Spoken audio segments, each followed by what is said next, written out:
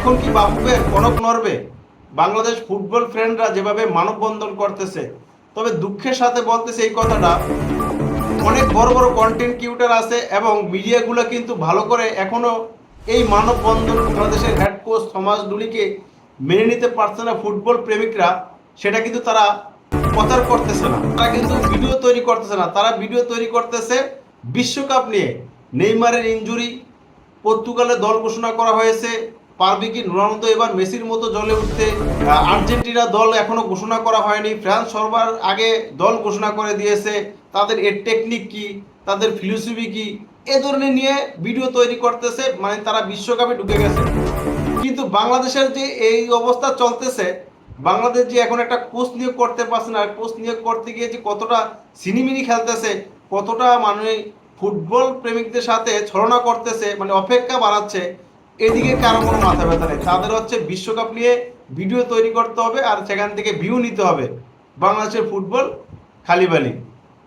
এক ভাইয়ের ভিডিওতে দেখলাম, একজন ভাই কমেন্ট করেছে আবার যে ভাই আপনি সবসময় দেখি ব্রাজিল, ওই জার্মানি, ফ্রান্সের নিয়ে ভিডিও তৈরি করেন, বাপু যে জলগোলা করলো যে কোচ নিয়োগ ক্ষেত্রে, রোজেরু মিকেলে থেকে শুরু করে ক্রিস কুলম্যান থেকে শেষ করে এখন থমাস ডুলিকে বাংলাদেশ জাতীয় দলের হেড কোচ করতেছে। থমাস ডুলির বিরুদ্ধে যে একটা অভিযোগ রয়েছে যে তিনি অরিজিন খেলোয়াড়ের মধ্যে বৈষম্য তৈরি করে, সেই অভিযোগ নিয়ে আপনি কেন কথা বলতেছেন না?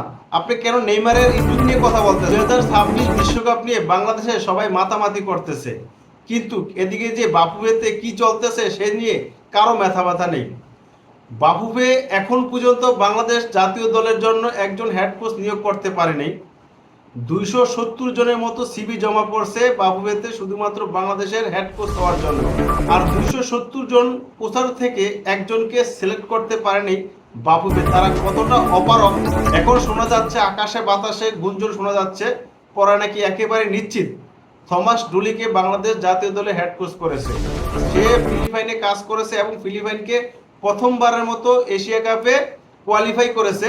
এটা হচ্ছে তার সবচেয়ে বড় সফল অর্জন। এশিয়া কাজ করেছে এবং এশিয়ার একটা দলকে মানে এশিয়া কাপে কোয়ালিফাই করেছে, এই জন্য সেই কোচকে বাংলাদেশে লাগবে।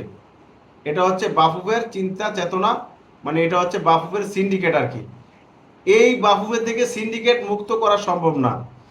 আর বাংলাদেশের ফুটবল ফ্রেন্ডরা এটা মেনে নিতে পারতেছে না যে থমাস ডুলি বাংলাদেশে হেড কোচ হবে, ডাগ আউটে বসবে, এটা বাংলাদেশ ফ্রেন্ডরা মানতেছে না এবং তারা লাগাতার 2 দিন যাবৎ বাফুফের সামনে মানববন্ধন করতেছে।